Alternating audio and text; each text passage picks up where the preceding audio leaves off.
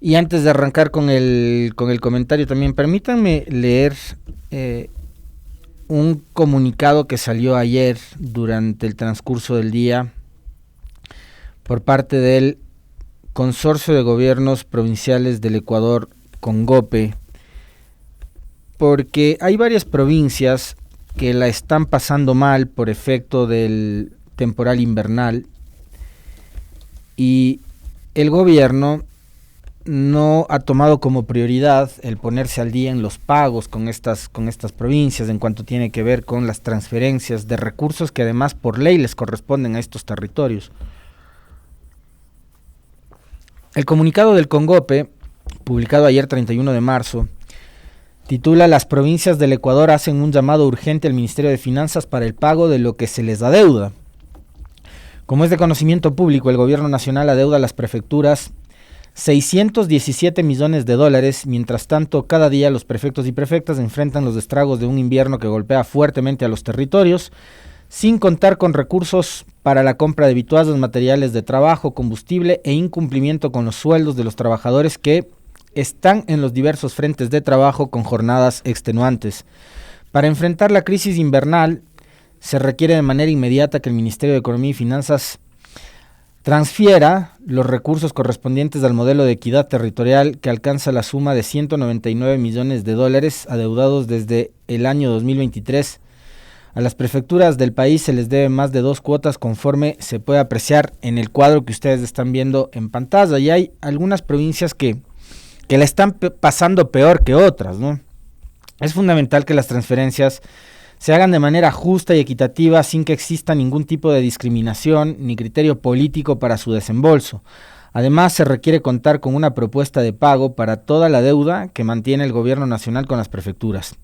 Sentimos mucha preocupación, dice el comunicado del CONGOPE, por las provincias de Santo Domingo de los Áchilas, Manabí, Bolívar y Cañar, que se encuentran en condiciones críticas de iliquidez, lo que no permitirá seguir desarrollando su gestión en cada territorio. Y ahí ustedes pueden ver el total de cuotas que se les adeuda desde el 2023, 23, 24 y 25, ¿no? Y ahí están justamente a las provincias que más se les adeuda son Santo Domingo, Manabí, Bolívar, Cañar, Sucumbíos e Imbabura. Así que el mensaje nuevamente, ojalá les llegue al Ministerio de Finanzas para que sean lo suficientemente sensibles y cumplan con lo que les corresponde por ley además, ¿no? O sea, es decir, las provincias, en este caso las prefecturas, no están pidiendo ningún tipo de favor, ¿no? Están pidiendo simplemente que el gobierno haga lo que tiene que hacer, ¿no? No es ningún tema de condescendencia ni nada por el estilo, sino simplemente ser lo suficientemente legalistas y transferir los recursos ni más ni menos de lo que les corresponde a cada uno de estos territorios.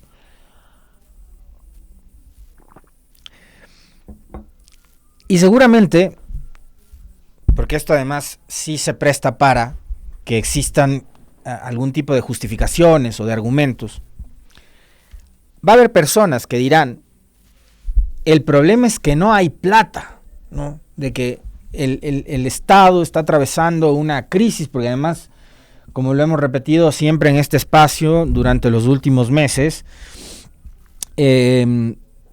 acá vivimos una multicrisis, ¿no? O una policrisis. Es crisis de seguridad, crisis social, crisis de desempleo, crisis económica. Entonces, en esa policrisis que vivimos los ecuatorianos, seguramente habrá quienes pretenden convencernos o convencerles a ciertas personas de que no hay plata. Y yo, cuando dicen eso, no hay plata, hago memoria y recuerdo, por ejemplo, el comentario que hicimos al cierre de la semana pasada, donde leímos enseguidilla al menos 5 o 6 boletines de prensa del Nuevo Ecuador, del gobierno del señor Noboa, en donde se ofrecía bonos a todo el mundo, bonos a los policías, bonos a los militares, bonos por el invierno, bonos por el derrame de crudo de Esmeraldas, bonos para los emprendedores, bonos para mujeres, bonos para los jóvenes, bonos para todo el mundo. Algo así como 2,000 millones de dólares en bonos es lo que ha ofrecido el gobierno de Daniel Noboa en medio de, además, campaña electoral. Entonces, la pregunta es, si tienes para ofrecer bonos a todo el mundo en medio de la campaña electoral, yo supongo que debes tener plata para entregar y pagar lo que les corresponde a las prefecturas. Y no solo, ojo, a las prefecturas, ¿no? Porque también el gobierno nacional mantiene deudas con los municipios y también, por supuesto, con las juntas parroquiales. Claro, había plata para pagar $165,000 a una empresa que se encarga de hacer lobby en Washington. Es certero lo que nos dice Javier Banguera, que nos escribe desde Esmeraldas, y le mandamos un saludo también afectuoso. Para esas cosas sí hay plata, pero para cumplir con lo que tienen que cumplir, no. Y ya que estamos hablando de este asunto de los bonos, déjenme referirme brevemente nomás, de ahí como para entrar a los otros temas que teníamos previstos con los chicos para conversar con ustedes hoy. Hace algunos días, y fue algo también bastante comentado, el periodista Carlos Vera concedió una entrevista que fue bastante polémica, ¿no? En una radio de acá de la capital, en donde, entre otras cosas, por ejemplo, él se refirió al lamentable asesinato de Fernando Villavicencio, vinculándolo con el resultado electoral del 2023. Es que increíble es que en su momento, cuando alguien del correísmo decía, claro, el asesinato de Villavicencio influyó en ese momento e impidió que la Revolución Ciudadana gane en primera vuelta, porque los medios de comunicación, la fiscalía, que ha sido un actor político durante los últimos años, montaron una campaña mediática realmente brutal para responsabilizar a la RC de lo sucedido, y hubo gente que se comió el cuento, ¿no?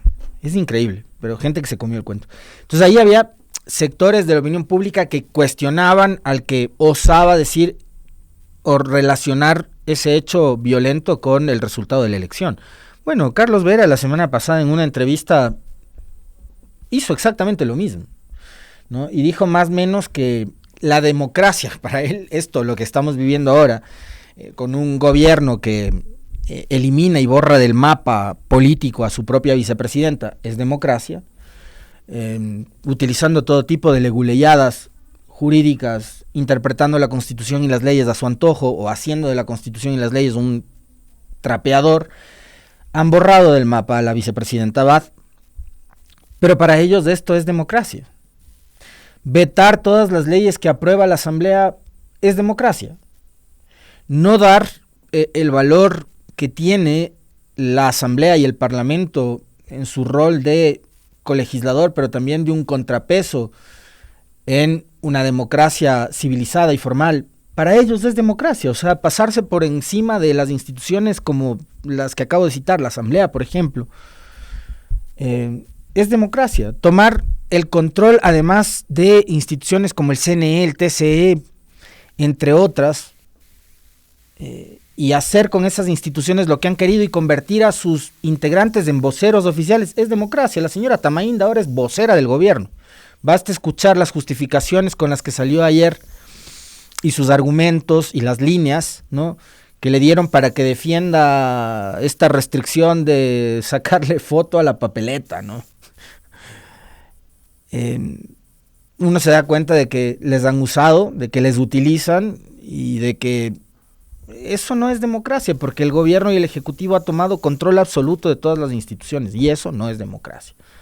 Cuando no hay independencia de funciones o de poderes, no es democracia. Pero para estos señores, eso es democracia. Entonces, la democracia que hemos heredado los ecuatorianos, decía Carlos Vera en esta entrevista, se la debemos a Fernando Villavicencio, que casi se inmoló para dejarnos de esta democracia.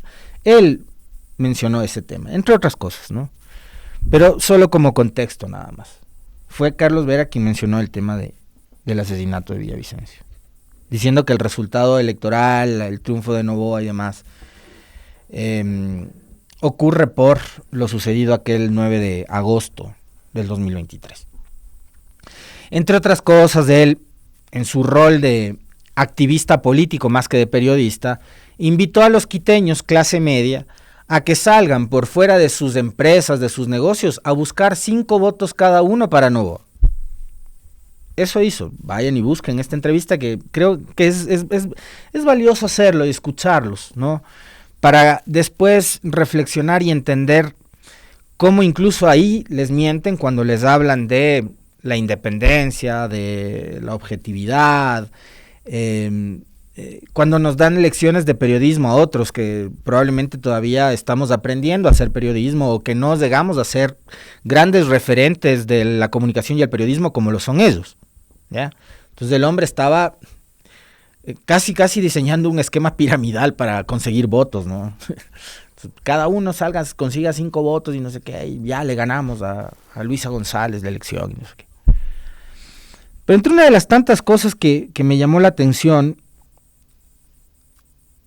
fue cuando se referían justamente a lo que sería un eventual gobierno de Luisa González y de la Revolución Ciudadana, ¿no? Y este señor decía, a propósito, conectándolo con el tema de los bonos que me refería hace un momento, el hombre decía, lo que pasa es que el negocio de la izquierda es mantener pobres a los pobres. Y yo me imagino que durante los últimos 8 años que en este país ha gobernado la derecha, el señor creo que no ha visto las cifras del propio INEC que controla ahora Carondelet desde la época de Lenín Moreno, en donde se habla que la pobreza ha crecido, ha aumentado, como ha aumentado también el desempleo. Pero dice Vera que el negocio de la izquierda es mantener pobres a los pobres. Pero es justamente durante las administraciones a cargo de las derechas que se ha incrementado el número de pobres y que se ha profundizado además las cifras que dan cuenta de la extrema pobreza o de la pobreza extrema. Entonces parecería que más bien eso de mantener pobres a los pobres o de multiplicar a los pobres viene siendo política y cosa de las derechas más que de las izquierdas. Pero el señor conectaba este asunto, ¿no? Y decía, es que los pobres son un buen negocio para las izquierdas porque les mantienen contentas con bonos, ¿no? Y después complementaba el periodista que le entrevistaba, este señor Rivadeneira, le decía, pero el problema es que ¿de dónde vas a sacar plata para pagarle los bonos tantos bonos a la gente? Y esa pregunta que se hacían ellos dos en el caso de un eventual gobierno de Luisa González, que hay que darse cuenta también, de verdad, yo sí les invito a que vean esas entrevistas y esas conversaciones, porque dan mucho material para analizar, porque también creo que ellos evidencian y se muestran tal cual son, también haciendo públicas sus propias contradicciones, y no contradicciones con lo que ellos creen, piensan, sino con lo que están defendiendo incluso, o con lo que están atacando, porque en este caso se trataba de atacar a la candidata González y atacar un eventual gobierno de la Revolución Ciudadana, que decían que iba a basar sus políticas públicas en bonos. Y la pregunta es, ¿no es eso justamente lo que está haciendo el señor Novoa, ofreciendo ahora bonos a todo el mundo? Bonos agrícolas, bonos a policías, a militares. Y por una vez, ¿no? Bonos a jóvenes, bonos a mujeres, a emprendedores, a los afectados del invierno, a los afectados por el derrame de crudo, etcétera. ¿No es justamente eso lo que están ofreciendo en el gobierno del candidato al que ellos mismos defienden?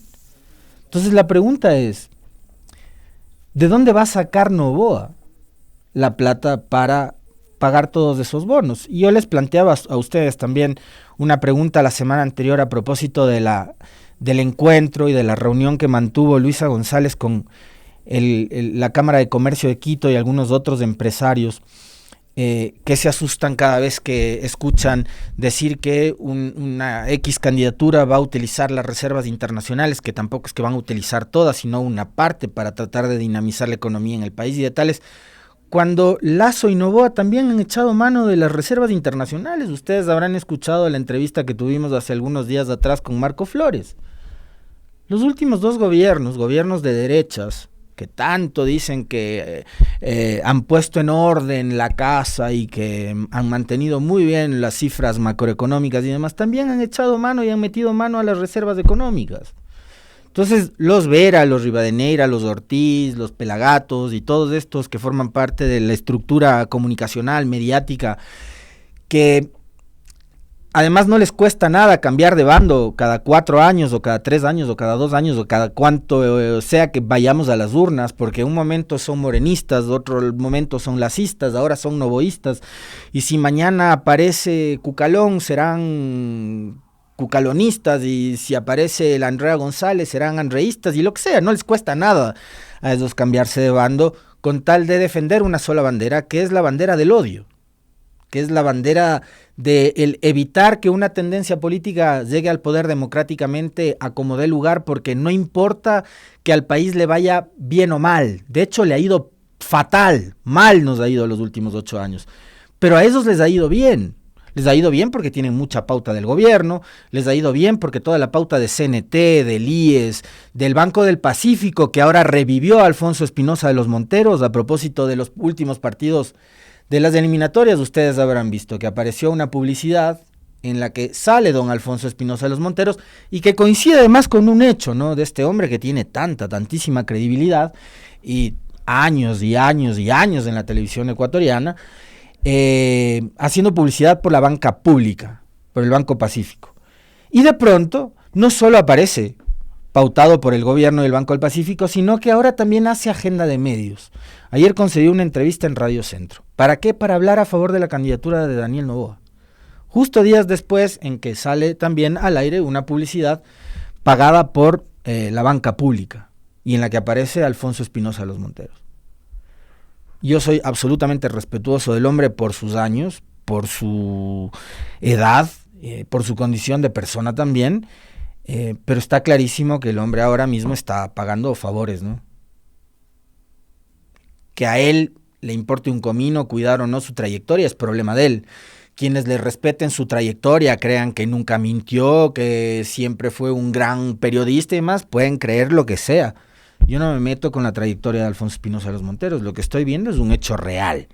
Al hombre le ha contratado el Banco del Pacífico, le ha pagado por unas publicidades que salieron durante los partidos de eliminatorias y ahora está saliendo en medios de comunicación a hacer campaña abiertamente por Noboa. Así de simple.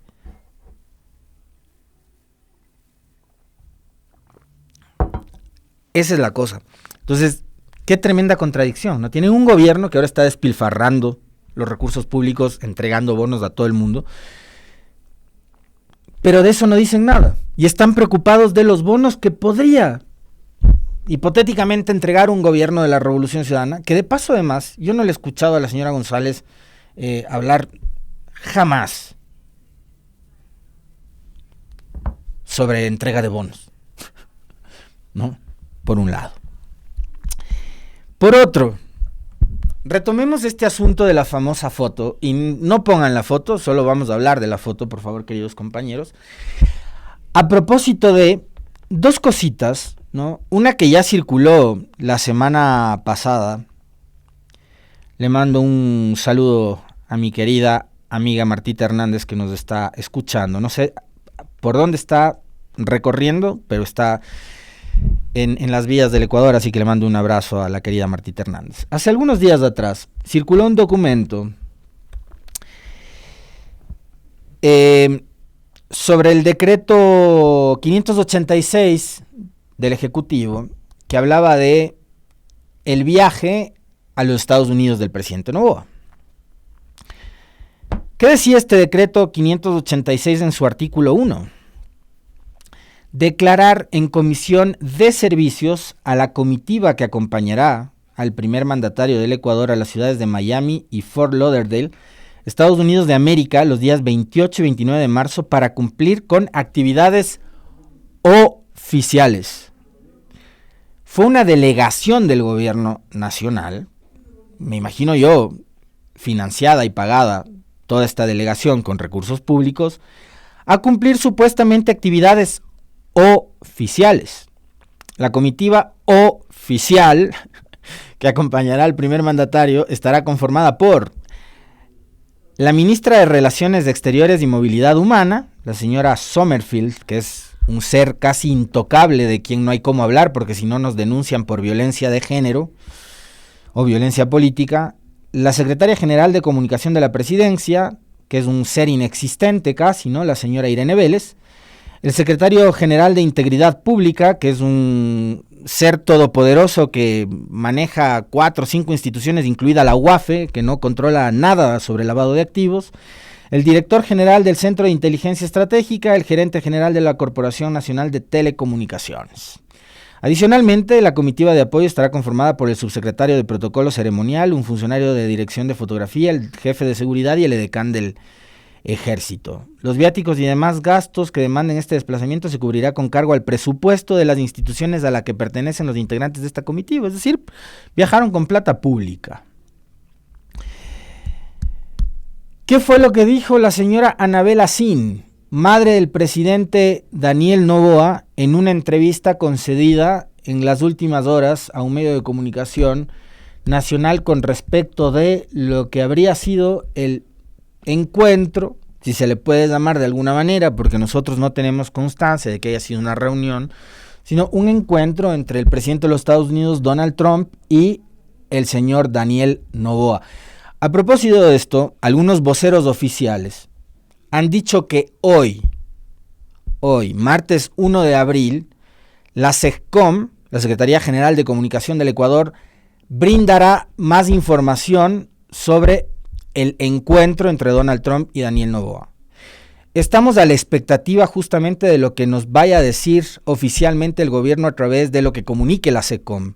Lo que sabemos hasta ahora es lo que se ha comunicado a través de redes sociales, la circulación de la foto y todo lo que ha habido alrededor, que por supuesto lo vamos a comentar ya en segundos, pero escuchemos lo que dijo Anabela Sin a propósito del viaje a los Estados Unidos y el encuentro y la foto con Donald Trump.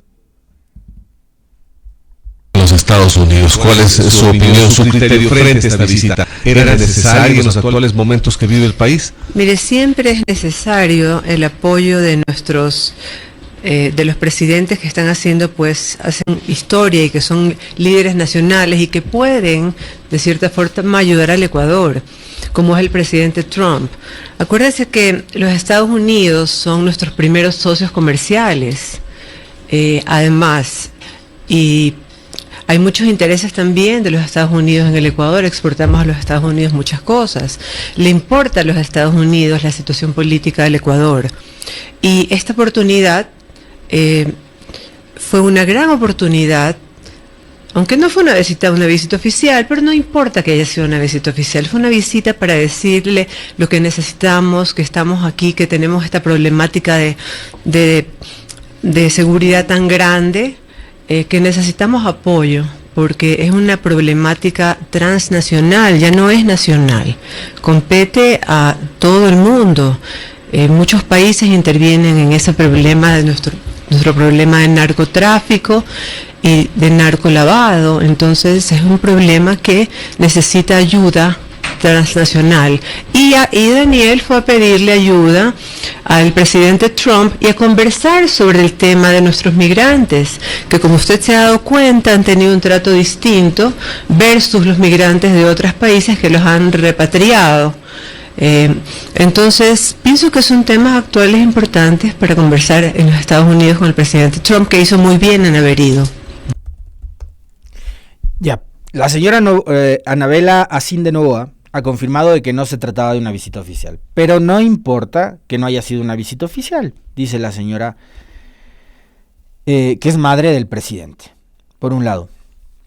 Por otro, al final dice que el encuentro sirvió para abordar temas relacionados con los migrantes para que no sean repatriados o deportados como ha sucedido con migrantes de otras nacionalidades. Yo le voy a recordar a la señora Anabela Sin, capaz ella no lo vio, pero nosotros sí lo vimos y compartimos con ustedes y abordamos justamente uno de los comentarios a propósito de ese tema. Fox News, la cadena de noticias estadounidense, tuvo acceso exclusivo y viajó de hecho en un vuelo de repatriación de El Paso a Ecuador, donde 80 migrantes ecuatorianos fueron deportados y embarcados en un avión militar C-17, esposados y encadenados antes de ser embarcados. Y eso pasó en este gobierno, es decir, a los migrantes ecuatorianos sí los han deportado, y vamos a ver de aquí en adelante si es que hay algún trato preferencial a partir de esta reunión que dice que ha arrojado como uno de los grandes resultados el excluir a la nacionalidad ecuatoriana de la deportación de migrantes de los Estados Unidos.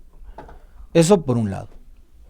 Por otro, yo, sigo a la expectativa de qué es lo que va a comunicar hoy la SECOM, porque hasta ayer que todo el mundo, incluyéndome, buscó información en las páginas oficiales de la Casa Blanca, pues no encontramos ni la foto de la reunión, ni ningún otro tipo de información con respecto de lo que habría sido para la Casa Blanca el encuentro entre Trump y Noboa. Entonces, del lado de los Estados Unidos tampoco hay ningún tipo de información. Entonces sí, yo mantengo la expectativa de saber hoy, 4 días después del supuesto encuentro, qué es lo que nos va a decir oficialmente el gobierno del Ecuador a través de la SECOM. Pero lo que sí sabemos es que ayer el presidente Noboa se reunió con un grupo de empresarios del Comité Empresarial Ecuatoriano en Quito.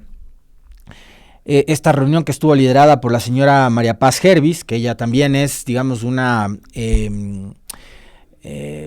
anticorreísta muy conocida, y allí, dicen los medios de comunicación, abordaron temas claves para el futuro del país: seguridad, comercio exterior, fortalecimiento de la dolarización, entre otros.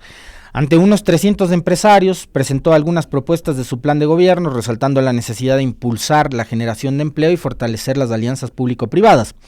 También subrayó la importancia de escuchar a la industria y trabajar en conjunto para atraer inversión y garantizar estabilidad económica, resaltó el gremio en sus redes sociales. En la participación, bla, bla, bla. ¿Qué es lo importante de este tema? Que una de las notas que yo vi ayer en televisión, que circulan en redes sociales, ¿no? Estos extractos de los reportajes que salen en televisión, y acá veo que también el portal digital Primicias recoge justamente una de las declaraciones, en este caso del presidente de Fedexport, Felipe Rivadeneira. Dice: Noboa se refirió en este espacio brevemente a su encuentro privado con el presidente estadounidense Donald Trump el sábado pasado, y mencionó que en Estados Unidos se ve con preocupación que la candidata del correísmo, Luisa González, planee reconocer al régimen de Nicolás Maduro en Venezuela si llega al poder. El hecho de que una candidata haya reconocido al dictador Maduro es muy grave para los Estados Unidos, dijo Rivadeneira, en referencia a la preocupación que habría en el gobierno de Estados Unidos. Me imagino que Trump debe haber estado como todos nosotros, Trump el 9 de febrero, ¿no? Pendiente. ¿9 de febrero fue el debate? Yo no me acuerdo qué fecha fue. El 23 de marzo, perdón.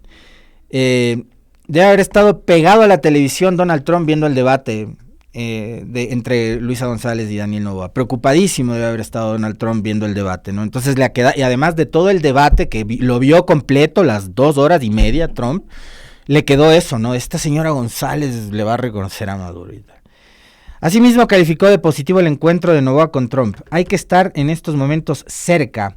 Se están generando muchos lineamientos de relacionarse a nivel mundial, y creo que lo que más nos conviene es estar cerca. Y el presidente Noboa, por suerte, ha tenido esta invitación privada que creo que es importante, dice el empresario. Está clarísimo que los grandes voceros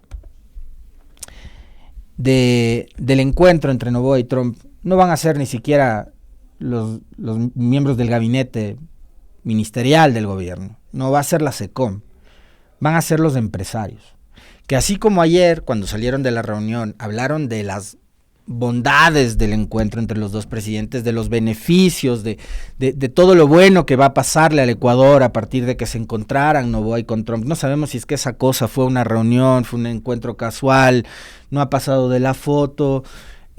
Además ocurre en medio de una campaña electoral. Para mí sigue siendo eso, es una foto, no es más, y una foto no es la constatación de absolutamente nada, ¿no? Y Fíjense ustedes, durante los 8 años que llevamos, Moreno mantuvo relaciones muy cercanas con Trump. Díganme ustedes qué conseguimos. Lasso fue recibido en la Casa Blanca por Biden y firmó y ratificó una serie de acuerdos, estos acuerdos SOFA con los Estados Unidos en materia de seguridad. Y yo les reitero la misma pregunta. ¿Qué conseguimos? ¿Qué hemos ganado como país en materia de seguridad con tanto encuentro oficial, con tanta visita a la Casa Blanca, con tanta foto? Y yo les repito lo que les dije ayer porque estoy convencido de eso. ¿El Ecuador tiene que mantener buenas relaciones con todo el mundo? Sí. Porque así como los Estados Unidos es un gran mercado para el Ecuador, lo es también la Unión Europea, lo es también Rusia, lo es también la China, lo es también la India, lo es también Brasil y lo es también México, ¿no? Y todos los países de la región que pueden ser competidores de alguna manera también por los productos que tenemos similitudes, con Colombia, con Perú, etcétera. Pero no terminan, no dejan de ser socios también en lo estratégico, en lo político, en lo comercial. Entonces, si hablamos de relaciones internacionales, que el Ecuador mantenga buenas relaciones con todos los países que van en la misma línea de mantener acuerdos comerciales que sean beneficiosos para un lado y para el otro. Pero partamos de un hecho también, el gobierno de Noboa no es de amistarse con todo el mundo, el gobierno de Noboa se enemistó, por ejemplo, con México, y el presidente Noboa, por los desatinos que ha cometido al momento de referirse o hablar sobre algunos jefes de Estado, pudo haber provocado más de un impasse diplomático, como por ejemplo los desatinos cometidos por la Cancillería y Rusia, por ejemplo, a partir del ofrecimiento de enviar chatarra a Ucrania, o las palabras que ha mencionado Noboa cuando se ha referido a Petro, de quien ha dicho que es un snob, por ejemplo, o cuando se ha referido a Bukele y a El Salvador diciendo que es un país del tamaño de Guayaquil. Si vamos a guardar las formas y a tratar de mantener buenas relaciones, hagámoslo con todos. Con los Estados Unidos también, por supuesto. Yo les he dicho a ustedes varias veces, los Estados Unidos es un país maravilloso, lindísimo, que no podemos compartir o coincidir en determinadas formas de la visión de la economía o de la política, de acuerdo, pero eso creo que es lo normal. Pero de ahí a querer plantear el tema Estados Unidos o Trump como también uno de los grandes electores en esta contienda electoral a partir de los supuestos beneficios que va a obtener el Ecuador por una fotografía, me parece que ahí están exagerando mucho. ¿Saben por qué? Porque si de encuentros y de fotografías dependería la seguridad de este país, el Ecuador, después de los encuentros de Moreno con Trump, de Lasso con Biden, de la foto de Noboa con Trump y de la visita de Noboa a la posesión de Trump al Capitolio y a la iglesia de St. John en Washington y demás, este país debería ser un paraíso. Y el problema es que no lo es. El problema es que nosotros seguimos acá creyendo, algunos, no todos, nosotros no, de que los Estados Unidos nos van a venir a salvar. Y acá, mientras tanto, estamos cruzados de brazo, comprando chalecos y cascos de cartón, por ejemplo, cuando se habla de materia de seguridad. Y a propósito de la seguridad, en estos días hay que revisar justamente los spots publicitarios de lo que fue la campaña de Noboa, hablando sobre el Plan Fénix. ¿Y cuánto de lo que se dice en ese spot publicitario se ha hecho? Nada.